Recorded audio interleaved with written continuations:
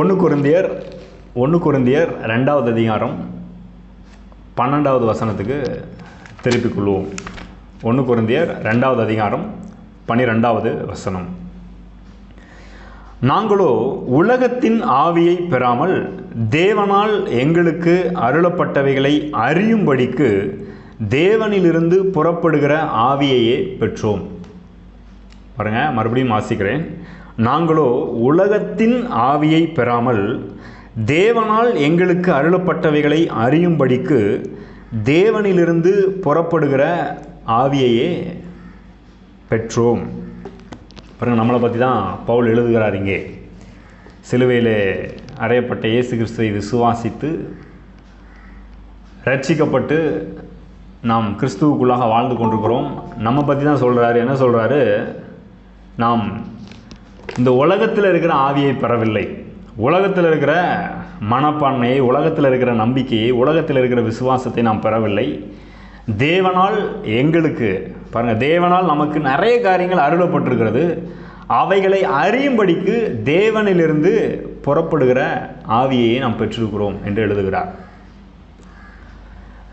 பாருங்கள், இதிலிருந்து நாம் என்ன புரிந்து கொள்ள வேண்டும் என்றால், இந்த உலகத்தில் ஏற்கனவே நிறைய காரியங்கள் இருக்கிறது. நம்ம பார்க்குற காரியங்கள் நீங்கள் நேரில் பார்க்கலாம், இல்லை சோசியல் மீடியாவில் பார்க்கலாம். கேட்குற காரியங்கள், அநேக காரியங்கள் இருக்கிறது. நிறைய நேரத்தில் இதெல்லாம் கேட்கும்போது இதுதான் நமக்குன்னு நம்ம நினச்சிக்கிறோம்.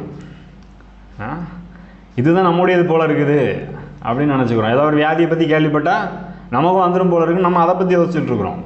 ஏதாவது ஒரு பிரச்சனை பற்றி கேள்விப்பட்டால் இதே மாதிரி தான் நமக்கு இருக்கும் போல இருக்குது. ஆனால் நான் சொல்லுகிறேன், இந்த உலகத்தின் ஆவியை நாம் பெறவில்லை. உலகத்தில் இருக்கிற காரியங்களை நாம் பெறவில்லை. நாம் தேவனால் நமக்கு அநேக காரியங்கள் சிலுவையின் மூலமாய் அருளப்பட்டிருக்கிறது. அவைகளை அறியும்படிக்கு தேவன் நமக்கு என்ன பண்ணியிருக்கிறார்? அவருடைய ஆவியையே தந்திருக்கிறார். சரி, இதனால் நமக்கு என்னங்க பிரயோஜனம்? அதை நாம் அறிய அறிய அறிய அறிய பாருங்கள், அவைகளை நாம் நம்முடைய வாழ்க்கையிலே அனுபவிக்க முடியும். நீங்கள் வேறு எதையாவது அறிஞ்சிட்டே இருந்தீங்கன்னா அதனால் நம்ம எதையும் அனுபவிக்க முடியாது. பாருங்கள், மோசமான காரியங்களை அனுபவித்துக் கொள்ளலாம் வேணும்னா. ஆனால் தேவனிடத்திலிருந்து புறப்பட்ட ஆவியினாலே தேவனுடைய காரியங்களை, நமக்கென்று அவர் அளிக்கப்பட்டிருக்கிற, நமக்கென்று அவர் அருளி இருக்கிற காரியங்களை அறிய அறிய என்ன ஆகும்னா, அதை நம்முடைய ஒவ்வொரு நாளும் வாழ்க்கையில் அனுபவிக்க ஆரம்பிப்போம். ஒருவேளை நம்ம வாழ்கிற உலகம் பொல்லாததாக இருக்கலாம், உலகத்தில் காரியங்கள் பொல்லாததாக போயிட்டுருக்கலாம், மோசமாக போயிட்டுருக்கலாம். ஆனால் அதன் மத்தியில் நம்ம லைஃப் மட்டும் வேறு மாதிரி இருக்கும். கண்டிப்பாக இருக்கும். பாருங்கள், அதனால தான் தேவனுடைய வார்த்தை எடுத்து பிரசங்கித்து கொண்டிருக்கிறேன். இந்த வார்த்தையின் மூலமாக அவர் தேவன் நமக்கு என்னவெல்லாம் வைத்திருக்கிறாரோ அதையெல்லாம் நமக்கு வெளிப்படுத்துகிறார். இயேசு பரிசுத்த ஆவியானவர் குறித்து சொல்லும்போது சொல்லுகிறார், அவர் வரும்போது சகல சத்தியத்திற்குள்ளும் உங்களை வழிநடத்துவார். யார் வரும்போது? சத்திய ஆவியாகிய அவர் வரும்போது சகல சத்தியத்திற்குள்ளும் வழி நடத்துவாராம். அது மட்டும் இல்லை, அவர் என்னுடையதிலிருந்து எடுத்து உங்களுக்கு அறிவிப்பதால் என்னை மகிமைப்படுத்துவார் அப்படின்னு சொல்கிறார். அப்போ பாருங்கள், இயேசு நமக்காக அநேக காரியங்களை செய்து முடித்திருக்கிறார். அவரிடத்திலிருந்து நமக்கு அவர் ஒவ்வொன்றாக எடுத்து கொடுத்து கொண்டிருக்கிறார். அதுக்கு தான் ஆவியானவர் இருக்கிறார். பாருங்கள், நமக்கு ரொம்ப ஒத்துழைக்கிறார். சனிக்கிழமை பேசும்போது சொன்னேன் இல்லையா, அவர் நம்மோடு ஒத்துழைக்கிறார். நம்ம அவர் கூட ஒத்துழைச்சா போதும், எல்லாம் சுலபமாக மாறிடும். பாருங்கள், நம்ம போட்டு தனியாக போட்டு மண்டையை உருட்டிகிட்டு இருக்கிறோம், என்ன செய்யுதுன்னு தெரில அப்படின்னு. ஆனால் அவர் ரொம்ப நம்ம கூட ஒத்துழைச்சிட்டே இருக்கிறார். நமக்குள்ளே வல்லமையாக கிரியை செய்து கொண்டே இருக்கிறார். சரி, இப்போ இன்றைக்கி குறிப்பாக என்ன பார்க்க போகிறோம்? நம்ம எல்லாருக்குமே தாவீது கதை தெரியும் இல்லையா? இந்த தாவீது எப்படி கோலியாத்தை வீழ்த்தினான். ஒரு ராட்சதனை போன்று இருந்த கோலியாத்தை அவன் வெறும் ரொம்ப சிம்பிளாக வீழ்த்தினான். எப்படி வீழ்த்தினான்? ஒரு கவன், ஒரு கல், ரொம்ப சிம்பிளாக வீழ்த்தினான். பாருங்கள், சின்ன வயசில் யோசிச்சதுண்டு, அது எப்படி இதெல்லாம் சாத்தியமாச்சு அப்படின்னு யோசிச்சது. ஏதோ நடந்திருக்கு போல இருக்குது அப்படின்ற மாதிரி நினச்சிருக்கிறோம். பாருங்கள், இந்த கதையெல்லாம் கேட்கும்போது. ஆனால் உண்மையில் பார்த்தீங்கன்னா அந்த சம்பவத்தை நீங்கள் நல்லா தெரிஞ்சு, உங்கள் எல்லாருக்கும் தெரியும் இல்லையா? அதை நீங்கள் நல்லா கவனிச்சிங்க அப்படின்னா, அங்கே இருந்த அந்த மக்கள் எல்லாரும் பார்த்தீங்கன்னா இன்னும் கேட்டால் யுத்தத்தில் பயிற்றுவிக்கப்பட்ட போர் வீரர்கள், இன்றைக்கி இருக்கிற இராணுவ வீரர்கள் மாதிரி. அந்த வீரர்கள் கூட பயந்து நடுங்கி தயங்கி ஒளிஞ்சிட்ருக்கிறாங்க. ஆனால் அப்படிப்பட்ட சூழலில் இவன் மட்டும் எப்படி இப்படி பண்ணான் அப்படின்னு எனக்காவது யோசிச்சு ஆச்சரியப்பட்டிருக்கீங்களா? 17 வயசு பையன் பாருங்கள், ரொம்ப சின்ன பையன், ஜாலியாக விளாண்டுட்டு இருக்கிறான். ஆடு மேய்ச்சிட்டு இருந்து அண்ணனுக்கெல்லாம் ஸ்நாக்ஸ் கொடுக்கலான்னு வந்த பையன் வந்துட்டு ஈஸியாக வீழ்த்திட்டு போயிடுறான். இது எப்படி நடந்தது? பெரிய ஆச்சரியமாக இருக்குது நமக்கு. ஆனால் நம்ம பாருங்கள், நம்ம வாழ்க்கையில் வருகிற சின்ன சின்ன பிரச்சனையை கண்டு ரொம்ப பயந்து நடுங்கிட்டு இருக்கிறோம். பாருங்கள், தேசமே நடுங்கி கொண்டிருக்கிற ஒரு பிரச்சனையை பார்த்து இவன் வந்து இதெல்லாம் ஒன்றுமே இல்லை, நான் துவம்சம் பண்ணிடுறேன்னு தள்ளி விட்டுட்டு போயிட்டான். பாருங்கள், ஈஸியாக அழிச்சிட்டு போயிட்டான். ரொம்ப ஆச்சரியமாக இருக்குது எனக்கு. ஆனால் இதெல்லாம் எப்படி நடந்தது அதுதான் ரொம்ப முக்கியம். பாருங்கள், தாவீதினுடைய வெற்றிக்கான ரகசியம் என்ன, திறவுகோல் என்ன, அதுக்கு காரணம் என்ன, இதெல்லாம் நம்ம பெருசாக சிந்திக்கிறதே இல்லை. அதுக்கு ஒரே காரணம் என்ன அப்படின்னா, அந்த வசனத்தை வாசனை இல்லையா, தேவனால் நமக்கு அருளப்பட்டவைகளை அறியும்படிக்கு தேவனுடைய ஆவியை நாம் பெற்றிருக்கிறோம். இந்த தாவீதினுடைய வெற்றியின் ரகசியம் என்ன?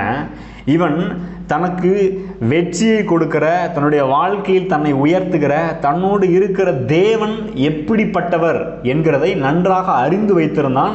அவரை பற்றி மட்டுமே சிந்தித்து கொண்டிருந்தான். அதான் அவனுடைய வெற்றி வாழ்க்கையின் ரகசியம். வெறும் அந்த கல்லுக்கு அவன் ரகசியம் கிடையாதுங்க. அது சின்ன வயசில் அவன் கற்றுக்கொண்ட அவனுக்கு இருந்த ஒரு சின்ன திறமை. பாருங்கள், குறிப்பாக அடிக்கிறான், கரெக்டு தான், அது அவனுக்கு இருந்த ஒரு சின்ன திறமை. ஆனால் அதை விட அவன் வெற்றிக்கான ரகசியம் என்ன? பாருங்கள், நமக்கு நிறைய திறமைகள் இருக்கலாம். ஆனால் அதை தாண்டி நம்முடைய வெற்றிக்கான ரகசியம் என்னவென்றால், அவன்கிட்ட இருந்து அதை எடுத்துக்கணும். பாருங்கள், நம்முடைய தேவன் யார், அவர் எப்படிப்பட்டவராக இருக்கிறார், அவரால் என்னெல்லாம் செய்ய முடியும் அப்படின்றத நாம் அறிந்து வைத்திருக்க வேண்டும். அதை மட்டுமே சிந்திக்க வேண்டும். உங்கள் பிரச்சனையே அல்ல, உங்கள் பிரச்சனை எவ்வளோ பெருசு அப்படின்றதே சிந்திச்சுட்டு இருக்கக்கூடாது. ஒருவேளை அது பெரிய பிரச்சனையாக இருக்கலாம், தலைபோற பிரச்சனையாக இருக்கலாம். ஆனால் அதை விட பெரிய தேவன் இருக்கிறார் என்பதை நீங்கள் சிந்திப்பீர்களானால் நான் சொல்லுகிறேன், வெற்றி நிச்சயம். தாவீதின் தேவன் நம்முடைய தேவனாக இருக்கிறார். தாவீதின் குமாரன் நமக்குள்ளே வந்து வாசம் பண்ணி கொண்டிருக்கிறார். தாவீதுக்கு இல்லாத பாக்கியம், தாவீதெல்லாம் நம்மளை பார்த்து பாக்கியவான்னு சங்கீதத்தில் எழுதியிருக்கிறான். ஆனால் நம்ம வந்து அவன் லெவலுக்கு கூட வாழாமல் இருக்கிறோம் நிறைய நேரத்தில், இல்லையா? நான் சில நேரத்தில் யோசிக்கிறது வந்து, என்னப்பா இது, அவன் நம்மளை பார்த்து பாக்கியவான்றான், நம்ம அவன் லெவலுக்கு கூட ஒரு வெற்றிகரமாக வாழாமல் சின்ன சின்ன விஷயத்துக்கெல்லாம் துவண்டு போயிட்டுருக்கிறோமே, சோர்ந்து போயிட்டுருக்கிறோமே. என்னதான் காரணம்னு பார்த்தா அவன்கிட்ட போனால் புரியுது, அவன் அவரை பற்றி மட்டுமே யோசிச்சுட்டு இருக்கிறான், அதனால தான் ஜெயிச்சிட்டான். அப்போ நான் முடிவு பண்ணுறேன், ஆண்டவரே உங்களை பற்றி மட்டும்தான் யோசிக்கிறேன். இன்னும் கேட்டால், எனக்குள்ளே எப்பொழுதும் தங்கி இருக்கும்படி எனக்குள்ளாக பரிசுத்த ஆவியானவரை நீர் தந்திருக்கிறீர். எவ்வளோ பெரிய மேன்மையை கொடுத்துருக்கிறீர். உங்களை அறியும்படிக்கு எனக்கு நீங்கள் என்னெல்லாம் கொடுத்து வச்சுருக்கிறீங்கன்றதை அறியும்படிக்கு நான் ஏன் போட்டு குழம்பிட்டு இருக்கணும் அப்படின்னு யோசிக்க ஆரம்பித்தேன். பாருங்கள், நான் உங்களுக்கு அதான் சொல்கிறேன், உங்கள் வெற்றி வாழ்க்கையின் ரகசியம் உங்கள் மனதில் இருக்கிறது. உங்கள் தேவனை, உங்களை அழைத்தவரை, உங்களை ரட்சித்தவரை, உங்கள் மீட்பரை நீங்கள் எவ்வளோ பெருசாக பார்த்துட்ருக்கிறீங்க. அவரை பற்றியே சிந்திச்சுட்டு இருக்கிறீங்களா? இல்லை காலைல எழுந்தோடனே இந்த நாள் எப்படி இருக்க போகிறதோ தெரியல அப்படின்னு யோசிச்சுட்டு இருக்கிறீங்களா? இல்லை இந்த நாளை படைத்தவரை பற்றி யோசிச்சுட்டு இருக்கிறீங்களா? படைத்தவரை பற்றி யோசிச்சிங்கன்னா, இந்த நாள் கர்த்தர் தந்த நாள், இதிலே களி கூறுவோம்னு பாட ஆரம்பிச்சிருப்பீங்க. காலையில் எழுந்திரிச்சோடனே, காலையில் எழுந்தோடனே என்ன செய்யறேன்னு தெரிலங்க அப்படின்னீங்கன்னா, அப்போ என்ன ஆகும்? நாள் ஐயையோ என்ன செய்யறதுன்னு தெரியலையே, அந்த நாள் எப்படி போக போதோ. அது உலகத்தின் சிந்தனை. உலகத்தில் காலையில் எழுந்தோன்னா அவங்க எப்படி என்ன யோசிக்கிறாங்க? ஆமாம், அது சென்னை பக்கம் நல்லா சொல்லுவாங்க, ஒரே பெஜாராக இருக்குதுப்பா, என்ன பண்ண போகிறேன்னு தெரில, எப்படி போக போதோ தெரில, இது பார்ப்போம் அப்படின்ற நிலையில் எந்திரிச்சு ஆரம்பிப்பாங்க இல்லையா? அப்புறங்க நான் அப்படி ஆரம்பிக்க விரும்பல. காலையில் எந்திக்கும் போதே என் தேவன் என்னோடு இருக்கிறார், அவர் யாருன்னு எனக்கு நல்லா தெரியும், நான் விசுவாசித்திருக்கிறவர் இன்னார் என்று நான் நன்றாய் அறிவேன், அவர் எனக்கு எல்லாவற்றையும் வாய்க்க பண்ணுவார். தாவீதோட பெட்டரான நிலையில் நம்ம இருக்கிறோம். நம்ம எவ்வளோ யோசிக்கணும்னு கொஞ்சம் யோசிச்சு பாருங்கள். சரி, இப்போ அந்த தாவீதுடைய சம்பவத்துக்கு கொஞ்சம் போவோம். பாருங்கள், திருப்பிக்கொள்வோம். 1 சாமுவேல் 17வது அதிகாரம். 1 சாமுவேல் 17வது அதிகாரம். இங்கே அந்த தாவீது அவனை வீழ்த்துறதுக்கு முன்னாடி, யாரை? கோலியாத்தை வீழ்த்துவதற்கு முன்பாக அவன் பேசுகிற பேச்சை கொஞ்சம் கவனிக்கணும். என்ன பேச்சு பேசுகிறான் அப்படின்றாங்க இல்லையா? இவன் என்ன பேச்சு பேசுகிறான் பாருங்கள், கொஞ்சம் அப்படி படக்காட்சி மாதிரி கற்பனை பண்ணி பார்க்கணும். காலையிலே நான் உங்களுக்கு ஒரு சினிமா காட்ட போகிறேன். தேட்டரில் சினிமா இல்லை, உங்கள் மைண்ட்லேயே நீங்கள் சினிமா பார்க்க போகிறீங்க. இப்போ என்னங்க சினிமா பாவம் இல்லையா அப்படின்னு யோசிக்காதீங்க. சினிமா பாவம் இல்லை, சினிமாவில் என்ன கண்டென்ட் இருக்குன்றது தான் பாவம். இப்போ உங்கள் மைண்டில் என்ன கண்டென்ட் இருக்குன்றது தான் பிரச்சனை. இப்போ கண்டென்ட், இந்த நல்ல கண்டென்ட்டை கற்பனை பண்ணி பார்க்க ஆரம்பிங்க. என்ன கண்டென்ட்டு? ஒரு நல்ல அற்புதமான படக்காட்சியை பார்க்க போகிறோம். என்ன பாருங்கள், 1 சாமுவேல் 17வது அதிகாரம் 34 முதல் 37வது வசனம் வரைக்கும் கவனிங்க. தாவீது சவுலை பார்த்து, உம்முடைய அடியான் என் தகப்பனுடைய ஆடுகளை மேய்த்து கொண்டிருக்கிற போது, பாருங்க ஆடுகளை மேய்ச்சிட்டு இருக்கான், கற்பனை பண்ணிக்கோங்க. சின்ன பையன் தாவீது ஆடுகளை மேய்ச்சி கொண்டிருக்கிறாங்க. ஒரு விசை ஒரு சிங்கமும் ஒரு விசை ஒரு கரடியும் வந்து, பாருங்க ஒரு வாட்டி ஒரு சிங்கம் வருது, ஒரு வாட்டி ஒரு கரடி வருது. மந்தையில் இருக்கிற ஒரு ஆட்டை பிடித்து கொண்டது. நான் அதை தொடர்ந்து போய் அதை அடித்து அதன் வாய்க்கு தப்புவித்தேன். அது என்மேல் பாய்ந்த போது நான் அதன் தாடியை பிடித்து அதை அடித்து கொன்று போட்டேன். அந்த சிங்கத்தையும் அந்த கரடியையும் உம்முடைய அடியானாகிய நான் கொன்றேன். விருத்த சேதனம் இல்லாத இந்த பெலிஸ்தனும் அவைகளில் ஒன்றை போல இருப்பான். அவன் ஜீவனுள்ள தேவனுடைய சேனைகளை நிந்தித்தானே என்றான். பின்னும் தாவீது, என்னை சிங்கத்தின் கைக்கும் கரடியின் கைக்கும் தப்புவித்த கர்த்தர் இந்த பெலிஸ்தனுடைய கைக்கும் தப்புவிப்பார் என்றான். படக்காட்சி மைண்டில் ஓடுதா? எனக்கு நல்லா ஓடுது பாருங்க. ஆடு மேய்ச்சிட்டு இருக்கிறான். ஒரு நாள் சிங்கம் வருது, ஒரு ஆட்டுக்குட்டியை கரெக்டாக பார்த்து நேக்க தூக்கிட்டு போயிடுது. இவன் அதை பார்த்துட்டான் பாருங்க. தூக்கிட்டு ஓடும்போது இவன் பின்னாடியே ஓடுறான் பாருங்க. நம்ம ஆட்கள்லாம் சரி போனால் போதும் நம்ம தப்பிச்சோன்னு இருந்திருப்பாங்க. ஆனால் இவன் பின்னாடியே ஓடுறான். பின்னாடியே ஓடி சிங்கத்தை பிடிச்சி பாருங்க, சிங்கம் வேகத்துக்கு இவன் ஓடுறான். நல்லா கவனிங்க, என்ன மாதிரி சீன் நடக்குதுன்னு கவனிங்க. ரியல் சீனுங்க, சினிமாவில் இருக்கிற எடிட் பண்ண சீன் கிடையாது, இது ரியல் சீன். இது சிங்கத்துக்கு பின்னாடியே ஓடுறான், சிங்கத்தை பிடிக்கிறான், சிங்கத்து வாயை பழக்கிறான். ஆடு தப்பு வைக்கப்படுது, ஆடை அனுப்புகிறான். சிங்கத்தை ஆட்டை தப்பு வச்சோன்னா சிங்கம் விடுமா? இவனை சாப்பிட்றான், இவன் மேலே பாய பார்க்குது. என்ன பண்ணுறான்? அந்த சிங்கத்தின் வாய் நின்று கர்த்தர் இவனை காப்பாற்றினாராம். எழுதுறான் பாருங்க, எப்படி எழுதுறான் பாருங்க. என்னை சிங்கத்தின் கைக்கும். இன்னொரு நாள் கரடி வருது. கரடி வந்து இன்னொரு ஆட்டை பிடிச்சிட்டு போகுது. அப்பவும் விடலை பாருங்க. சிங்கத்தையே விட்டவன் கரடியை விடுவான்னு நினைக்கிறீங்களா? கரடி பின்னாடி ஓடுறான். கரடியின் வாயிலிருந்து எடுக்கிறான், ஆடை தப்பு வைக்கிறான். அடுத்தால கரடி இவன் மேலே பாய பார்க்குது. கரடி என்ன செய்கிறான்? இவன் கொன்று போடுகிறான். எப்படி கொல்ல முடிஞ்சதுங்க கரடியை, சிங்கத்தை? அதன் கையின்று கர்த்தர் இவன் என்ன செய்கிறார்? காப்பாற்றுகிறார். அதை கொன்று போடும்படி இவனுக்கு கர்த்தர் பலனா இருக்கிறார். அதனால தான் தைரியமா எழுதுறான். கர்த்தர் என் பலனா இருக்கிறார்னு தைரியமா எழுதுறான் பாருங்க. நீங்க சொல்ல முடியுமா உங்க பிரச்சனை மத்தியில் கர்த்தரின் பலனா இருக்கிறார்?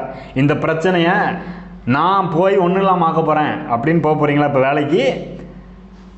அப்படி போனீங்கன்னா நான் சொல்கிறேன், அந்த பிரச்சனை உங்களை ஒன்றும் பண்ண முடியாது. நம்ம நிறைய நேரத்தில் பிரச்சனையை கண்டு நம்ம ஓடிட்டு இருக்கிறோம். ஏன் தெரியுமா நம்ம ஓடுறோம்? பிரச்சனையை பெருசாக சிந்திச்சுட்டு இருக்கிறோம். என்ன பண்ண போகிறேன்னு தெரியலையே அப்படின்னு. பாருங்க, இந்த விஷயத்தை நல்லா ஞாபகம் வச்சுக்கோங்க. நாம் பிரச்சனைகளை அல்ல, நம்முடைய தேவனை குறித்த உணர்வு உள்ளவர்களாக இருக்க வேண்டும். அதுக்காக நான் உங்களுக்கு பிரச்சனையே இல்லை, அந்த பிரச்சனையை டீல் பண்ண வேணாம்னு சொல்ல வரல. பிரச்சனை இருக்குது, தேவனை பெருசாக பாருங்க, பிரச்சனையை சின்னதாக பாருங்க. பிரச்சனை பின்னாடி நீங்கள் ஓடுவீங்க. நல்லா இந்த விஷயத்தை நல்லா மறந்துடாதீங்க, நல்லா ஞாபகம் வச்சுக்கோங்க. சின்ன பையன் நீங்கள் சினிமாவில் கூட பார்க்க முடியாது. சினிமாலெலாம் ஏதாவது பொம்மை சிங்கத்தை வச்சு இல்லை சர்க்கஸில் இருக்கிற சிங்கத்தை வச்சு சீன் எடுத்துகிட்டு போயிடுவாங்க பாருங்கள். ஆனால் ரியல் சினிமா இதுதான். இங்கே இருந்தால் நிறைய சினிமாலாம் எடுத்து பெருசாக ஓட்டிகிட்டு இருக்கிறான் பாருங்கள், பல கோடியில் எடுத்து. ஆனால் பாருங்கள், உண்மையான ஹீரோவாக ஒருத்தன் ஆக்ட் பண்ணுறான் பாருங்கள். எப்படி அவனுக்கு மேலே ஒரு பெரிய ஹீரோ இருந்து இவனை ஆக்ட் பண்ணுறாரு, இவனை வழி நடத்துகிறாரு, இவனை இயக்குகிறார். அற்புதமான டேரக்டருங்க நம்ம கடவுள். காலையிலேயே பெரிய டேரக்டரோட கனெக்ட் ஆகிருக்கிறீங்க. இந்த டேரக்டர் யார்? உங்களை நடிக்க வைக்கிறவர் அல்ல, பிரச்சனையை சந்தித்து ஒன்றுமில்லாமல் ஆக்க வைக்கிறவர். நம்ம நடிக்கிற சினிமாவை அந்த டேரக்டர் பெருசாக புகழ்ந்துட்டு இருக்கிறோம். நிறைய பாருங்க, நான் சில இதில் நேரத்தில் யூடியூப்பை பார்க்குறேன். ஆகா ஓகோன்னு ஒரு டேரக்டரை புகழ்கிறாங்க, அதில் நடித்த நடிகரை புகழ்கிறாங்க. ஆனால் பாருங்கள், உண்மையான ஒரு டேரக்டர் இருக்கிறாரு. அவர் நம்முடைய வாழ்க்கையில் உண்மையாக ஒவ்வொரு நாளும் நம்மளை நடிக்க வைக்கல, நிஜ வாழ்க்கையை வாழ வைக்கிறாரு, பிரச்சனையை மேற்கொள்ள வைக்கிறாரு, ஜெயிக்க வைக்கிறாரு. அவரை பெருசாக பார்க்காம கோட்டை விட்டுறோம். அதனால தான் பிரச்சனையை ஜெயிக்க முடியல. பாருங்கள், நான் என்ன பண்ணுறேன், காலையில் எழுந்த உடனே என் தேவனை புகழ்கிறேன், என் டைரக்டரை பார்த்து நான் புகழ்கிறேன். இன்றைக்கி நீங்கள் என்ன டைரக்ட் பண்ணுங்க ஆண்டவரே, ஆவியானவரே என்னை நீங்கள் டைரக்ட் பண்ணுங்க, என்னை வழி நடத்துங்க. இந்த பிரச்சனையை சந்திக்க போகிறேன், என்னை நீங்கள் வழி நடத்துங்க. இந்த நபரை சந்திக்க போகிறேன், அவர் அந்த பிரச்சனையிலேருந்து நான் வெளியில் கொண்டு வரணும், என்னை நீங்கள் டைரக்ட் பண்ணுங்கள். பாருங்கள், ஒவ்வொரு நாளும் நிறைய பேரை நான் பிரச்சனையிலேருந்து வெளியில் கொண்டு வந்துட்டுருக்கிறேன். அற்புதமான டைரக்டரோட பயணித்து கொண்டிருக்கிறேன். அப்போ என்ன சொல்ல வரேன் நான், இந்த தேவனை பற்றி தாவீது அப்படிப்பட்ட ஒரு அற்புதமான பிக்சரை தன்னுடைய மனதிலே வைத்திருந்தான். அதுதான் அவனுடைய வெற்றி வாழ்க்கைக்கு அஸ்திபாரமாக இருந்தது. தாவீதுக்கு இன்னும் ஒரு அற்புதமான விஷயம் என்ன, நான் இந்த ஜெபத்தை ஆரம்பிக்கும் போது சொன்னேன், தேவன் என்னை மிகவும் நேசிக்கிறார், அவர் என் கூட இருக்கிறார், என் பட்சத்தில் இருக்கிறார், எனக்காக இருக்கிறார், என் சார்பில் ஒர்க் பண்ணுறாரு, எப்போதும் என் கூட இருக்கிறாரு, என்னை விட்டு விலகிறதே இல்லை அப்படின்ற ஒரு அற்புதமான உணர்வோடே வாழ்ந்து கொண்டிருந்தான். உங்களுக்குள்ள அப்படிப்பட்ட உணர்வு இருக்குதா? பாருங்கள், நாம் தவறினா கூட அவர் நம்மளை விட்டு விலகிறது இல்லை. நாம் தான் தூரமாக வந்த மாதிரி ஃபீல் பண்ணுறோம்.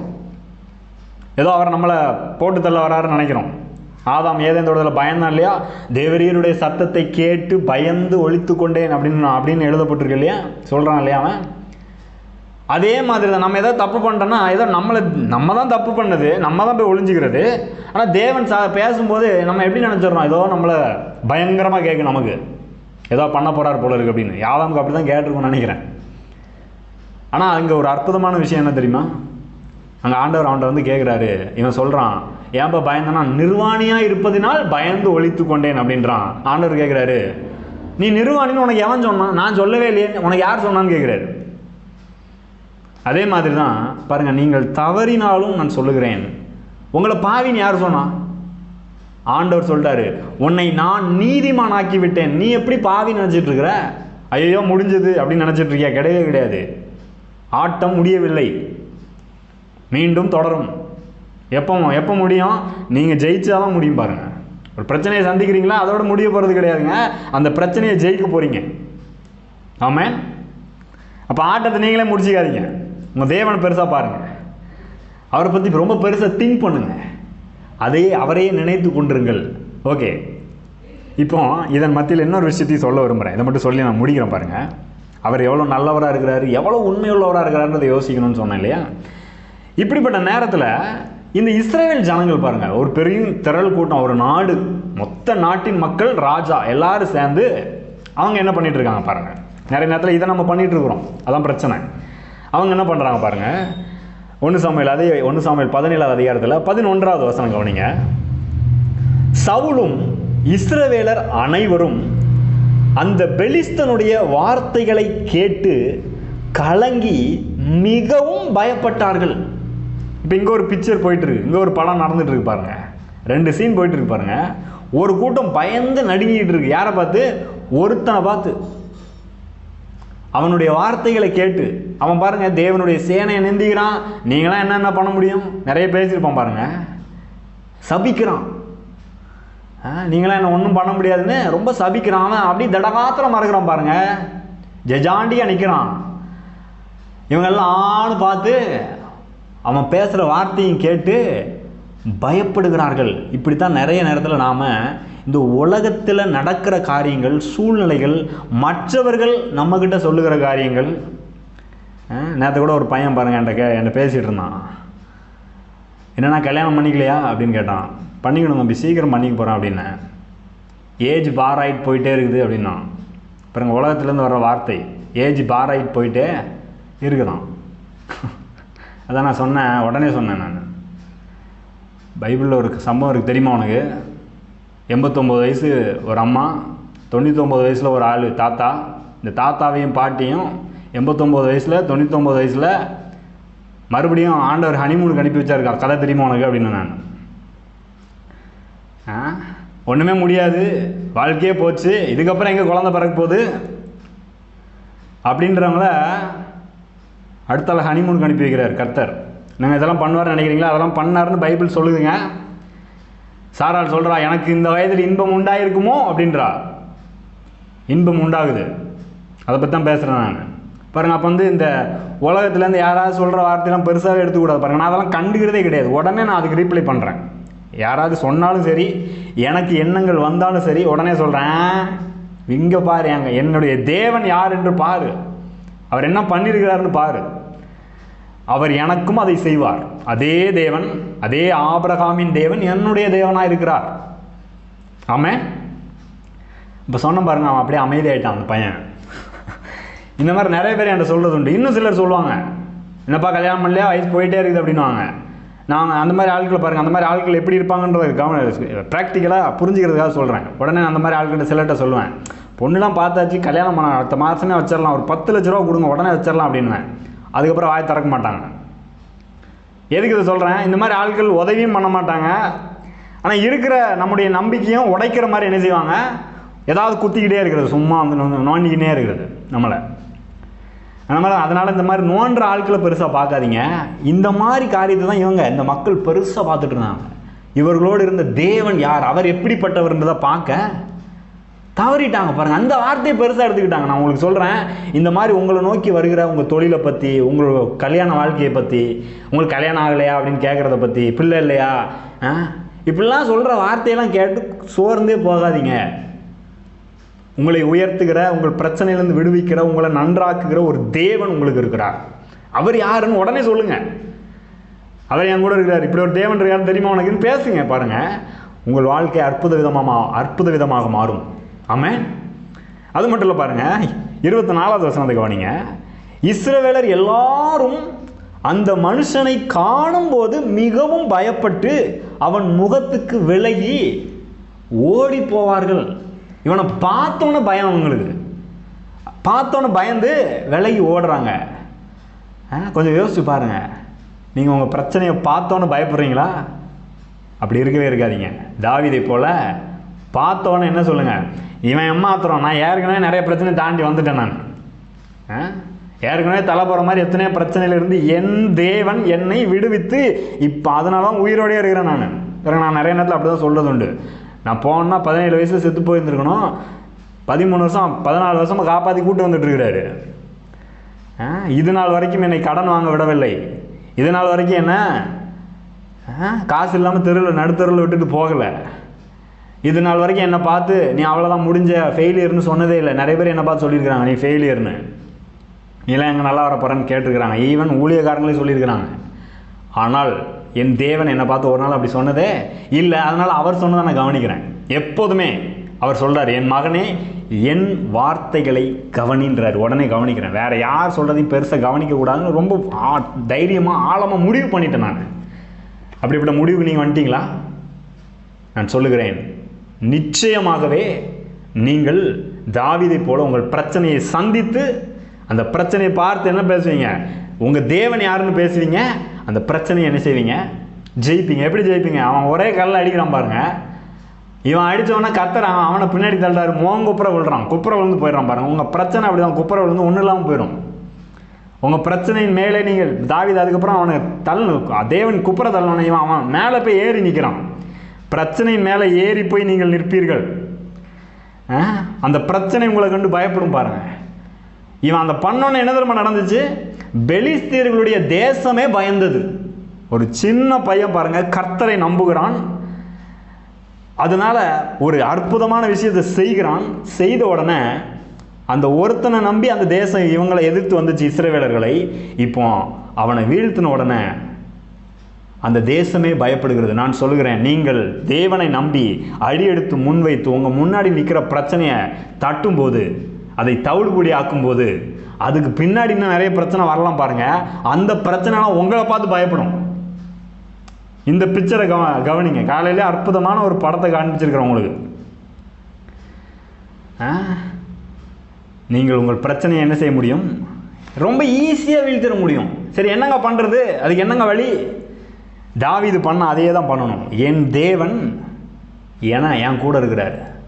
இந்த மனிதர்கள் மாதிரி, இந்த இஸ்ரவேலர்கள் மாதிரி, இந்த சவுல் ராஜா மாதிரி இந்த பிரச்சனையும் நமக்கு முன்னாடி இருக்கிற பெரிய காரியத்தையும் பெருசாக பார்த்து அதையே நினச்சி பயந்து ஓடி போகாதீங்க. பிரச்சனை கண்டு விலகாதீங்க, பயந்து கலங்காதீங்க, நடுங்காதீங்க. என்ன பண்ணணும், எனக்கு தேவன் ஏற்கனவே தாவீதை மாதிரி சொல்லுங்கள், ஏற்கனவே ஒரு சிங்கத்தை ஒரு கரடியை நான் துரத்தி போய் ஆட்டையும் காப்பாற்றினேன், சிங்கத்தையும் கவுத்து போட்டேன் எனக்கு மேலே பாயும்போது, அதனால் அதிலிருந்து என்னை காப்பாற்றின என் தேவன் இந்த பிரச்சனையிலேருந்து என்னை காப்பாற்றுவார். உங்கள் வாழ்க்கையில் எத்தனையோ பிரச்சனையை தாண்டி தேவன் வர பண்ணியிருக்கிறார். உயிர் போகிற பிரச்சனைலேருந்து உங்களை காப்பாற்றிருக்கிறார். வாழ்க்கையை முடிஞ்சதுன்ற நிலையில் உங்களை தூக்கி கொண்டு வந்திருக்கிறார். உங்களை இன்றைக்கி நல்லா நிலை நிறுத்தி இருக்கிறார். அதை யோசித்து பாருங்கள். யோசிக்கும் போது என்ன தெரியுமா உண்டாகும்? உங்கள் தேவனை குறித்து அற்புதமான நல்ல எண்ணங்கள், நல்ல உணர்வுகள் உண்டாகும். தேவனை குறித்த உணர்வு உங்களுக்கு பெருசாக ஆக பாருங்கள், நீங்கள் இப்பொழுது சந்திக்கிற பிரச்சனை ரொம்ப சின்னதாயிரும். ஏனென்றால் ஏற்கனவே உங்களுக்கு மிகப்பெரிய காரியங்களை செய்த தேவன், தாவீதுக்கு இந்த பிரச்சனையை வீழ்த்த உதவி செய்த தேவன் இன்றைக்கு உங்களுக்கும் உதவி செய்வார். ஆமென். நம்புறீங்களா? இந்த படக்காட்சியோடு இன்றைக்கி போங்க. நான் சொல்லுகிறேன், எல்லாவற்றையும் ஜெயிப்பீர்கள். உங்கள் வேலையில் முன்னேறி போவீர்கள். வருகிற பிரச்சனைகளை சந்திப்பீர்கள். குறைகள் எல்லாம் நிறைவாகும். எதுவுமே உங்களை வீழ்த்த முடியாது. நீங்கள் தான் எல்லாவற்றையும் வீழ்த்தி அந்த பிரச்சனையின் மேலே ஏறி நிற்க போகிறீங்க. அதன் மூலமாக இனிமேல் வருகிற பிரச்சனையெல்லாம் உங்களை பார்த்து பயப்பட போகுது, நீங்கள் பயப்பட போகிறதில்லை. ஆமென். நாம் ஜெபிக்கலாம். ஸ்தோத்திரம் கர்த்தாவே. எல்லாரும் கர்த்தருக்கு நன்றி சொல்லலாம். ஆண்டவரே, உமக்கு நன்றி செலுத்துகிறோம், உம்மை உயர்த்துகிறோம், உம்மை மகிமைப்படுத்துகிறோம் கர்த்தாவே. நீர் எவ்வளவு நல்லவராக இருக்கிறீர் ஆண்டவரே. உம்மை குறித்த உணர்வு உள்ளவர்களாக இருக்கிறோம் கர்த்தாவே. உணர்வு பூர்வமாய் நாங்கள் இப்பொழுதே உம்மை அனுபவிக்கிறோம். உங்களுடைய பிரசன்னத்தை அனுபவிக்கிறோம். நீர் எங்கள் கூட தான் இருக்கிறீர். நாங்கள் ஆண்டவரே, நீர் ஏற்கனவே செய்த நன்மைகளை எண்ணி பார்க்கிறோம். எங்கள் வாழ்க்கையில் இன்றைக்கும் நீர் அதை செய்வீர், இனிமேலும் செய்வீர். எங்கள் பிரச்சனைகளை வீழ்த்த எங்களுக்கு நீர் உதவி செய்வீர் கர்த்தாவே. எங்களுக்கு நீர் உம்முடைய ஆவியானவரை தந்திருக்கிறீர். எங்களுக்கு நீர் அருளப்பட்ட, நீர் எங்களுக்கு அருளிய எல்லா நன்மைகளையும் நாங்கள் அறிந்து கொள்ளும்படிக்கு உம்முடைய ஆவியை தந்திருக்கிறீர். இந்த உலகத்தில் இருக்கிற எந்த வார்த்தைகளையோ, எந்த காட்சிகளையோ, எந்த எண்ணங்களையோ நாங்கள் பார்த்து அதை எடுத்துக்கொள்ளப் போவதில்லை. ஆண்டவரே, நீர் கொடுத்திருக்கிற உம்முடைய வார்த்தையிலிருந்து எங்களுக்கு அருளி இருக்கிற காட்சிகளை எடுத்துக்கொள்கிறோம் கர்த்தாவே. அதையே சிந்திக்க போகிறோம். எங்கள் வாழ்க்கையில் அதன்படியே நடக்கப் போகிறோம். எங்களுடைய கரத்தில் அர்ப்பணிக்கிறோம். பரிசுத்த ஆவியானவரே, இந்த வார்த்தையை ஆண்டவரே உள்ளத்தின் ஆழத்தில் பதிவு செய்வீராக. ஆண்டவரே, இந்த காட்சிகள் மனதில் ஓடட்டும். இந்த சத்தியத்தில் நடக்க உதவி செய்வீராக கர்த்தாவே. நீர் தான் சொல்லியிருக்கிறீர், சகல சத்தியத்திற்குள்ளும் வழி நடத்துவேன் என்று. வழி நடத்துவீராக. நீர் தான் சொல்லியிருக்கிறீர் ஆண்டவரே, இந்த காரியங்களெல்லாம் நினைப்பூட்டுவேன் என்று. நினைப்பூட்டுவீராக. வரும் காரியங்களை முன் அறிவிப்பேன் என்று சொல்லியிருக்கிறீர். நீர் அறிவிப்பீராக. இவர்கள் எல்லாரும் ஆண்டவரே ஜெயித்து முன்னேறி, இந்த வார்த்தையை கேட்கிற ஒவ்வொருவரும் தங்கள் வாழ்க்கையில ஜெயித்து முன்னேறி செல்ல உதவி செய்வீராக. பிரச்சனைகளை தவிடுபடியாக்க உதவி செய்வீராக. அப்படி செய்கிறதற்காக நன்றி செலுத்துகிறோம். அதன் மூலமாய் உம்முடைய நாமம் மகிமைப்படுவதாக. இயேசுவின் நாமத்தில் ஜெபிக்கிறோம் நல்ல பிதாவே. ஆமென். இந்த செய்தி உங்களுக்கு மிகுந்த ஆசீர்வாதமாக இருந்திருக்கும் என்று நம்புகிறோம். இதை உங்கள் நண்பர்களோடும் பகிர்ந்து கொள்ளுங்கள். காலையில் கடவுளோடு என்கிற இந்த ஜெபம் திங்கள் முதல் சனிக்கிழமை வரை ஒவ்வொரு நாளும் காலை 5:30 மணி முதல் 6 மணி வரை கூகுள் மீட் இணையதளத்தில் நடைபெறுகிறது. இதில் நீங்களும் நேரடியாக கலந்து கொள்ள விரும்பினால் 9486600939 என்கிற எண்ணிற்கு நீங்கள் தொடர்பு கொள்ளலாம் அல்லது வாட்ஸ்அப் மூலமாக மெசேஜ் அனுப்பலாம். உங்களுக்கு அதற்கு தேவையான லிங்க் மற்றும் விவரங்கள் அனுப்பி வைக்கப்படும். நீங்கள் ஆசீர்வதிக்கப்பட்டவர்கள்.